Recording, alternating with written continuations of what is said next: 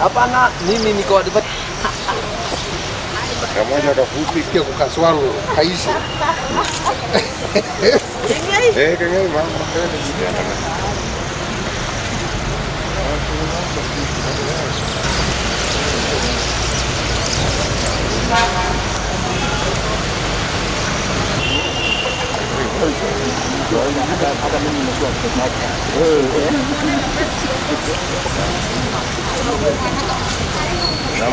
Namba hujafunga kama huyo.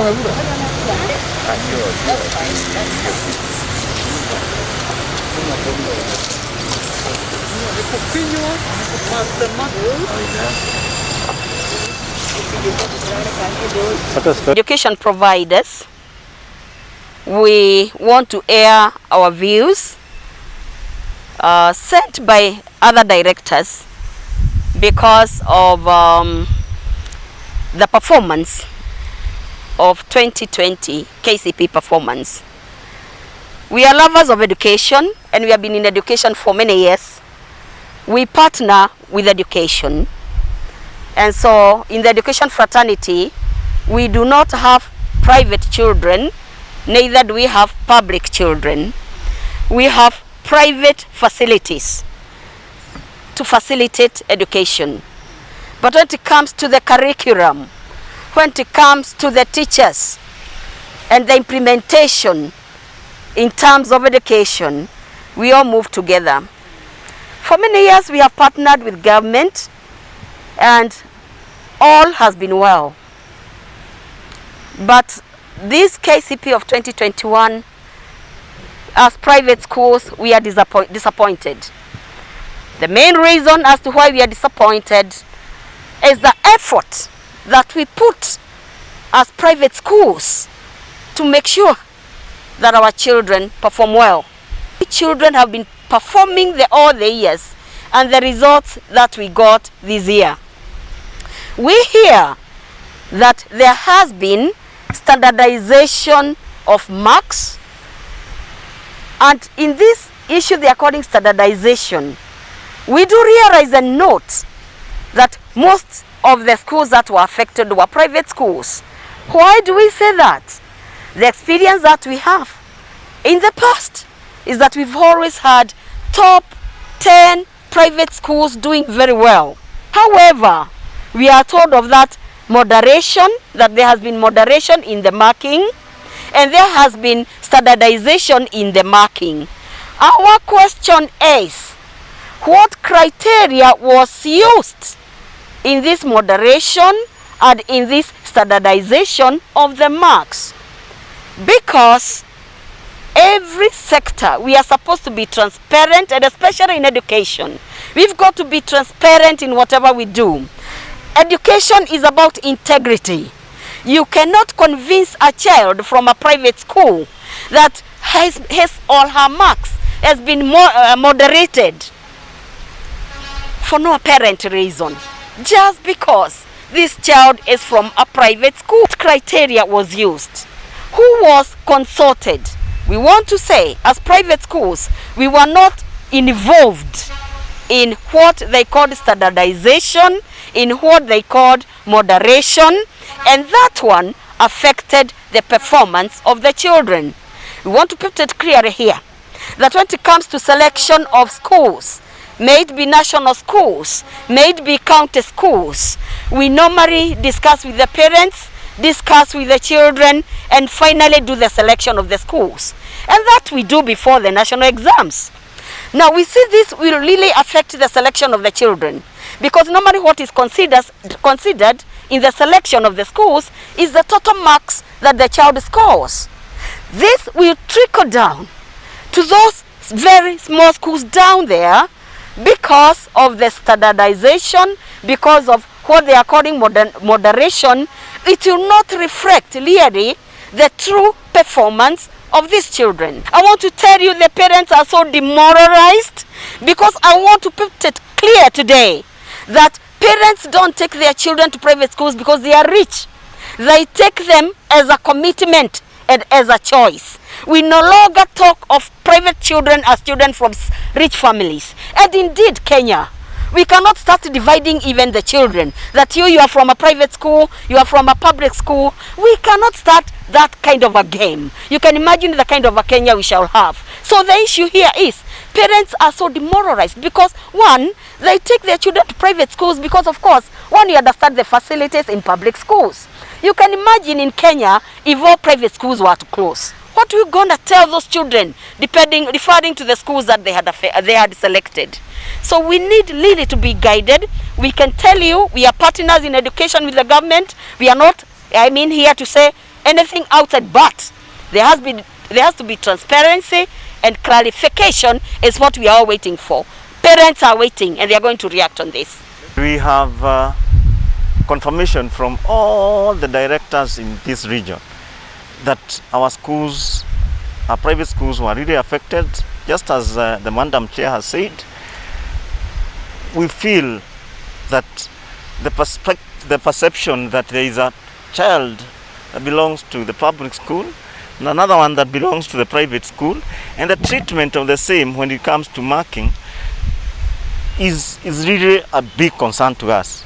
And again, as she has said, when you're talking about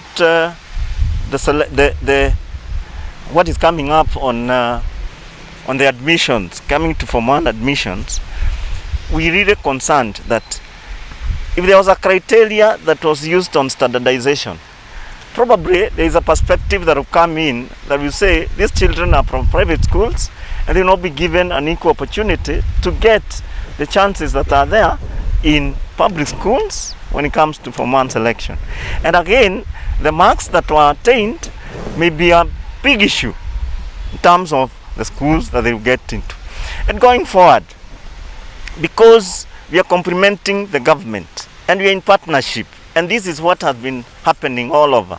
We have had very good interaction between ourselves and the stakeholders from the government and their representatives in the education sector. We have journeyed together. Why would it happen this time round that our children would be affected in the manner they were affected? That is our concern, and that is the voice of the people that we are representing. We have come from a history that schools, even during holidays, that children, either public or otherwise, all children have to close schools, and we have adhered to those guidelines. Again, when the COVID protocols came in, we adhered to the same. No child went to school. No child was subjected to running that took an advantage of another child. So again, what criteria would you use to classify a child from a private school vis-a-vis one that is coming from a public school? That is our concern. And you're saying no one had an undue advantage over the other. Adhere to the guidelines that we've been given by the Ministry of Education, that Form 1 selection is based on merit and children are given equal chances, whether from public or private schools. About the claims of moderation in Kcpe, all what we know is that when we check on our performances, in some subjects they are concurring in what the children were getting. In others, there is a big deviation which we cannot be able to account for. We have had 2 meetings for private schools asking each other, where did we go wrong? And then we are not able to answer that question.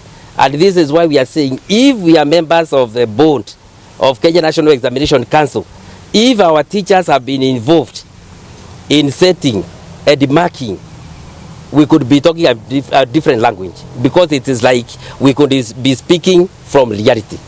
But now we are not able to speak about it, but we are raising it as a great matter of concern. Are we not destroying their personality and their self-esteem and their self-confidence? Would they go to Form 1 when they are still having the confidence that when I work hard for the 4 years, I'll get a B, I'll get a A? Are we telling them there are other factors that are used to give a child or a student marks apart from the answers he has given in the answer script? Can we get those answer scripts? Can the government, our government stakeholders, including Parliament, come and let us open a very honest conversation? Because we are talking about Kenyan children. These are not Aryans. These are children who are going to become leaders tomorrow. President, they're going to become doctors, they're going to become teachers, pharmacists, all those people. Then, what are we teaching them the right virtues if they are doubting their maths? And remember, at no given time,